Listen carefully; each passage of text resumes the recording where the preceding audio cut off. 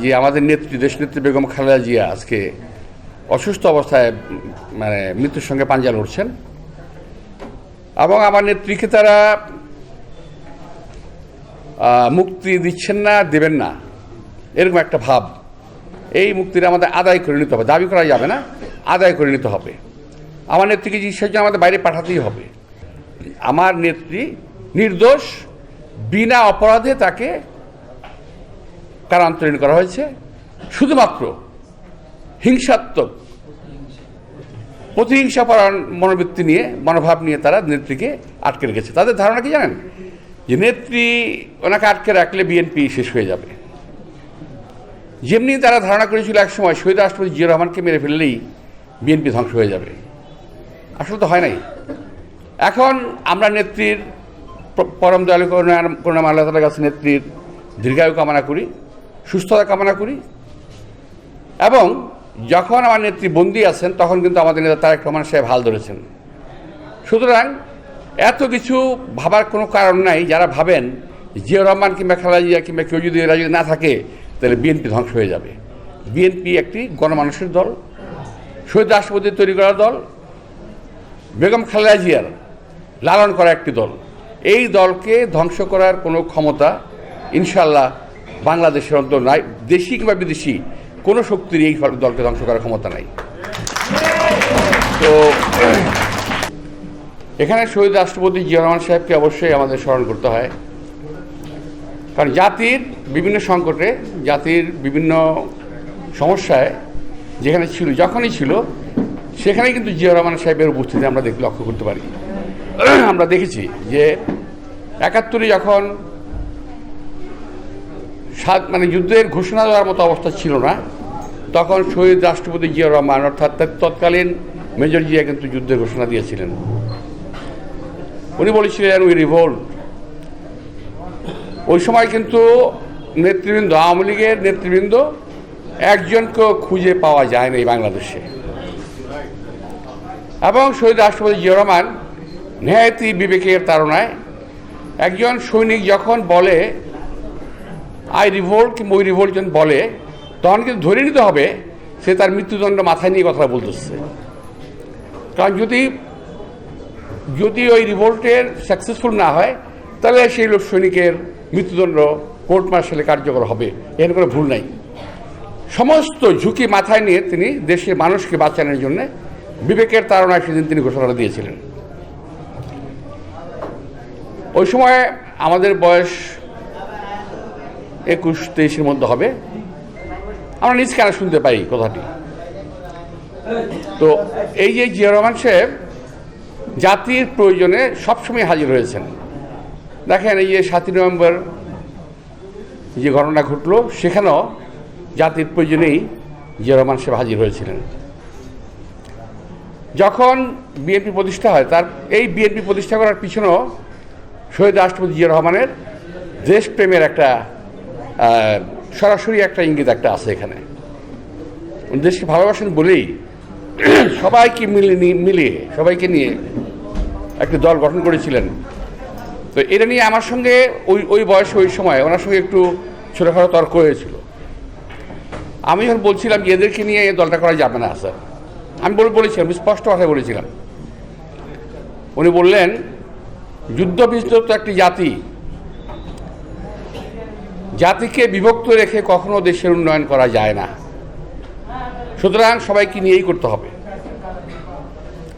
কথা খুব ভালো লাগলো আমার, ওনার চিন্তা চেতনা ভাব ধারা খুব ভালো লেগেছিল।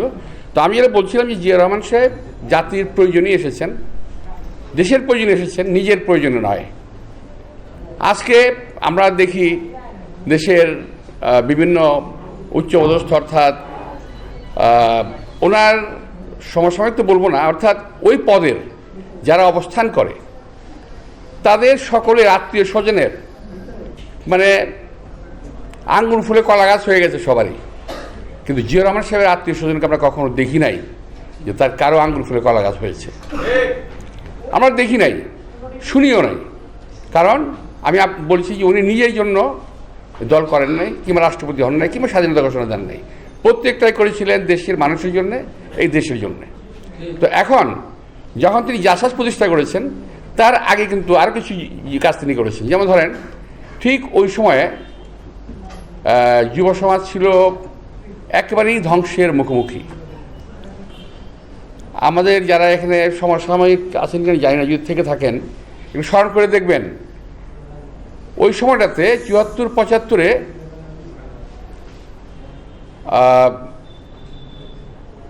প্রায় ছিনতাই, ডাকাতি, চুরি, লুটতরাজ হতো, এবং সেখানে কোনো যুবক ছেলে কিন্তু শান্তিমতো দেশে চলাফেরা করতে পারতো না। হয় পাবলিকের গণবিরোধিতা মারা গেছে, অথবা তৎকালীন রক্ষী বাহিনীগুলিতে মারা গেছে। কি জন্য, ঘটনা কীরকম? ওই সময়ে এই যে মানে যুবক ছেলেরা দেখলেই সবাই মনে করতে এরা বোধহয় ছিনতাইকারী। ছোট্ট একটা ঝগড়া লেগেছে, ছিনতাইকারী বলে তাদেরকে পিটিয়ে মেরে ফেলা হতো, একটা সময় ছিল। আবার অন্যদিকে রক্ষী বাহিনী প্রায় 35,000 যুবককে গণবাহিনী বলে হত্যা করেছে। ঠিক জিয়া রহমান সাহেব ওই সময় ওই জায়গাতে হাত দিলেন, তখন এই যুবদলের সৃষ্টি করলেন, প্রতিষ্ঠা করলেন। আমি তখন সাংগঠনিক কমিটির প্রতিষ্ঠাতা সদস্য একজন, আবুল কাশেম আহ্বায়ক ছিল, রোকনের মামা সাইফুর রহমান ছিল সম্ভবত যুগ্ম আহ্বায়ক। তো এখন আমরা সকলে মিলে যুবদলটাকে প্রতিষ্ঠা করি। আমি আমার কথা বলার জন্য আমি কথা বলছি না, আমি বলছি যে শহীদ রাষ্ট্রপতি জিয়া রহমান জাতির প্রয়োজনে বারবার কাজে এসেছেন।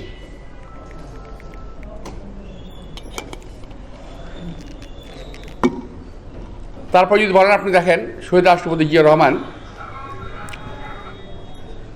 সৌদি আরব গেলেন, ওখানে উনি নিয়ে গেলেন অনেক নিম গাছ নিয়ে গেছিলেন, তখন ওখানে নিম গাছ লাগালেন।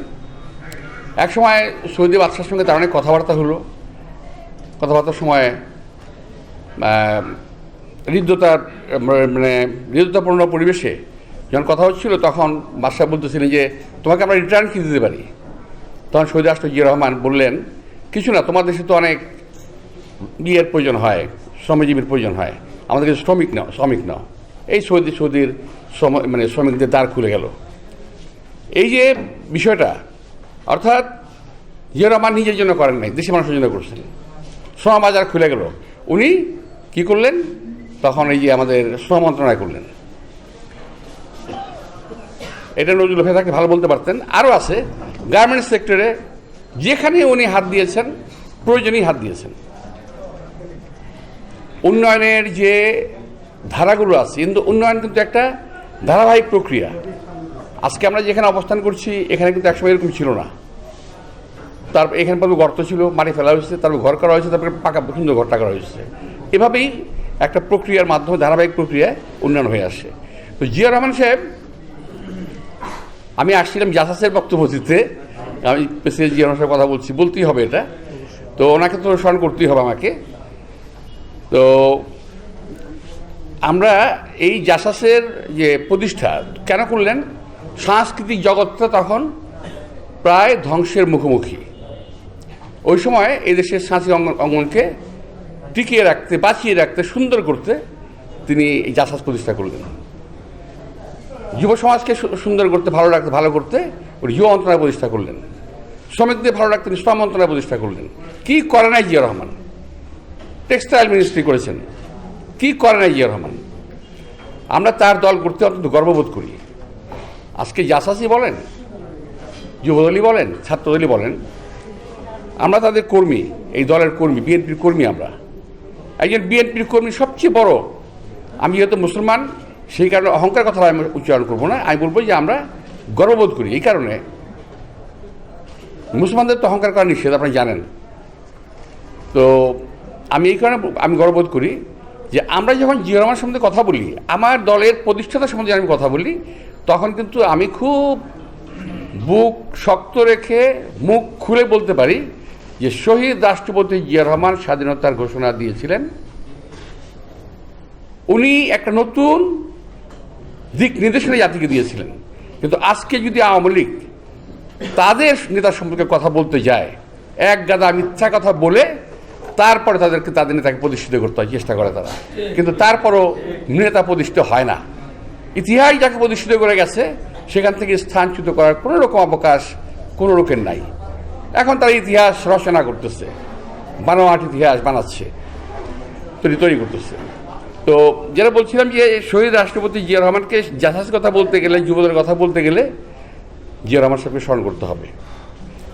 তো এই প্রতিষ্ঠাবাসীতে আজকে আমি জাসাসের সবাইকে আন্তরিক শুভেচ্ছা জানাচ্ছি, এবং আমি মনে করছি যে ওদের দ্বারা আমাদের এই নতুন কর্মী বাহিনী দ্বারা, অবশ্যই এরা কেউ নতুন না, মানে এই নতুন কমিটি দ্বারা জাসাস আরও জিয়া রহমানের যে একটা ইচ্ছা ছিল দেশের সাংস্কৃতিক অঙ্গনটাকে সুন্দর করার, সেটাকে তারা এগিয়ে নিয়ে যাবেন। আর একটা জিনিস আমি আজকে উল্লেখ করতে চাই, এখন কিন্তু জাসাসের একটা সময় প্রতিরোধ করার, প্রতিবাদ করার, সংস্কৃতির মাধ্যমেই, যুদ্ধ করতে হবে না। আপনারা একটু খেয়াল করে দেখবেন, আমি যখন মন্ত্রী ছিলাম তখন আগে চেষ্টা করেছিলাম এটাকে একটু কন্ট্রোল করার, কিন্তু পারি নাই। তবে আইনটা করা আছে, এখন আইন সংসদে পাশ করা আছে। সেটা হলো বাংলাদেশের এখন যেহেতু ইন্টারনেটের যুগ, আমি চাইলেও হবে, না চাইলেও হবে, কিন্তু আমি ইচ্ছা করে আমার ঘরের দরজাটা চোর ঢোকার জন্য খোলা রাখবো কেন? চোর তো শীতকে ঢুকতেই পারে। আজকে দেখবেন, আপনি যদি যে কোনো টেলিভিশন চ্যানেল খুলবেন, আপনি দেখবেন আমাদের প্রতিবেশী দেশের আগ্রাসী একটা সাংস্কৃতিক আগ্রাসী মনোভাব একটু খেয়াল করে দেবেন। যারা মাঝে মাঝে চোখে পড়ে যায়, কিছু শুনি, কিছু দেখি, তারা তাদের এই সংস্কৃতির মাধ্যমে তাদের ধর্মটাকে পর্যন্ত আমার দিকে চালান করতে যাচ্ছে। প্রত্যেকটা ওদের নাটক, সিরিয়ালের মধ্যে আপনি দেখবেন তাদের সমস্ত কিছু ধর্মীয় যে কার্যক্রমগুলো আছে তার প্রচার করার চেষ্টা করে, এবং বিজাতীয় সংস্কৃতি যেটা নাকি এমনকি ওই দেশের লোকেরাই পছন্দ করে না, ওই দেশের যারা করে তারা পছন্দ করে, ওই দেশের লোকগুলোই পছন্দ করে না।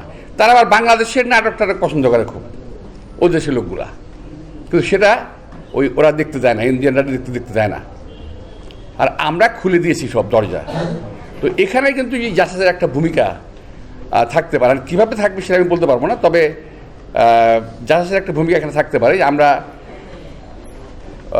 ওই ধরনের অপসংস্কৃতির বিরুদ্ধে একটা বাস্তব বাংলাদেশী সংস্কৃতিকে আমরা বিদেশে এক্সপোর্ট করার চেষ্টা করব। যারা আমাদের উপরে আমাদেরকে অখাদ্য কুখাদ্য গেলাতে যাচ্ছে তাদেরকে। আমরা যদি ওদের সিনেমাও দেখি, সেই সিনেমাও কিন্তু অপসংস্কৃতিতে ভরা। তো এখানে এই জিনিসটা শহীদ রাষ্ট্রপতি জিয়া রহমান উপলব্ধি করেছিলেন এবং নানা রকম পদকের ব্যবস্থা করেছিলেন। আপনারা শুনেছেন যে ওই সময় কালার ল্যাব করার জন্য টাকা দিয়েছিল, সিনেমাকে আধুনিকরণ করার জন্য উনি টাকা দিয়েছিলেন, এবং এই ধরনের বহু কিছুই আছে আরও। তো জাসাসের ভূমিকা শুধু এখানে কয়েকটা সভা, সিম্পোজিয়াম, সেমিনার করলে তো হবে না, তাদের আরও কিছু কাজ আছে। যদি জাসাসকে আমি যদি ছোটো করে দেখতে চাই, অনেক ছোটো একটা জিনিসটা, আবার যদি বড় করতে চাই, বিশাল বড় ব্যাপক এটার আছে, মানে পরিধি আছে, যদি জাসাস ঠিকমতো কাজ করে। তো আজকে আমি জাসাসের ভাইদেরকে অনুরোধ জানাবো, আপনি জানেন যে আমাদের নেত্রী, দেশনেত্রী বেগম খালেদা জিয়া আজকে অসুস্থ অবস্থায় মানে মৃত্যুর সঙ্গে পাঞ্জা লড়ছেন, এবং আমার নেত্রীকে তারা মুক্তি দিচ্ছেন না, দেবেন না, এরকম একটা ভাব। এই মুক্তিটা আমাদের আদায় করে নিতে হবে, দাবি করা যাবে না, আদায় করে নিতে হবে। আমার নেত্রীকে চিকিৎসার জন্য আমাদের বাইরে পাঠাতেই হবে। এখানে জাহাজের একটা ভূমিকা থাকা দরকার আছে। আরেকটা কথা দেখেন, এই কথাটা আমাদের আপনাদের সকলের জ্ঞাতার্থে, কিংবা পত্রপত্রিকা যারা আমার সাংবাদিক ভাই এখানে আছেন তাদের মাধ্যমে বলতেছি, এটা সবাই বলতেছে, কথাটা বাস্তব, যে সাজাপ্রাপ্ত আসামি একজন দুজন না, বেশ কিছু সাজাপ্রাপ্ত আসামি, তাদেরকে মুক্তি দিয়ে গোপনে বিদেশে পাচার করে দেওয়া হয়েছে। তারা বাতাস খেয়ে বেড়াচ্ছে। আমার নেত্রী নির্দোষ, বিনা অপরাধে তাকে কারান্তরীণ করা হয়েছে শুধুমাত্র হিংসাত্মক প্রতিহিংসাপরায়ণ মনোবৃত্তি নিয়ে মনোভাব নিয়ে তারা নেত্রীকে আটকে রেখেছে। তাদের ধারণা কি জানেন, যে নেত্রী ওনাকে আটকে রাখলে বিএনপি শেষ হয়ে যাবে। যেমনি তারা ধারণা করেছিল একসময় শহীদ রাষ্ট্রপতি জিয়া রহমানকে মেরে ফেললেই বিএনপি ধ্বংস হয়ে যাবে। আসলে তো হয় নাই। এখন আমরা নেত্রীর পরম দয়ালু করুণাময় আল্লাহ তাআলার কাছে নেত্রীর দীর্ঘায়ু কামনা করি, সুস্থতা কামনা করি। এবং যখন আমার নেত্রী বন্দী আছেন তখন কিন্তু আমাদের নেতা তারেক রহমান সাহেব হাল ধরেছেন। সুতরাং এত কিছু ভাবার কোনো কারণ নাই। যারা ভাবেন জিয়া রহমান কিংবা খালেদা জিয়া কিংবা কেউ যদি এরা যদি না থাকে তাহলে বিএনপি ধ্বংস হয়ে যাবে। বিএনপি একটি গণমানুষের দল, শহীদ রাষ্ট্রপতি তৈরি করা দল, বেগম খালেদা জিয়ার লালন করা একটি দল। এই দলকে ধ্বংস করার কোনো ক্ষমতা ইনশাল্লাহ বাংলাদেশের অন্তর নাই। দেশি কিংবা বিদেশি কোনো শক্তির এই দলকে ধ্বংস করার ক্ষমতা নাই। তো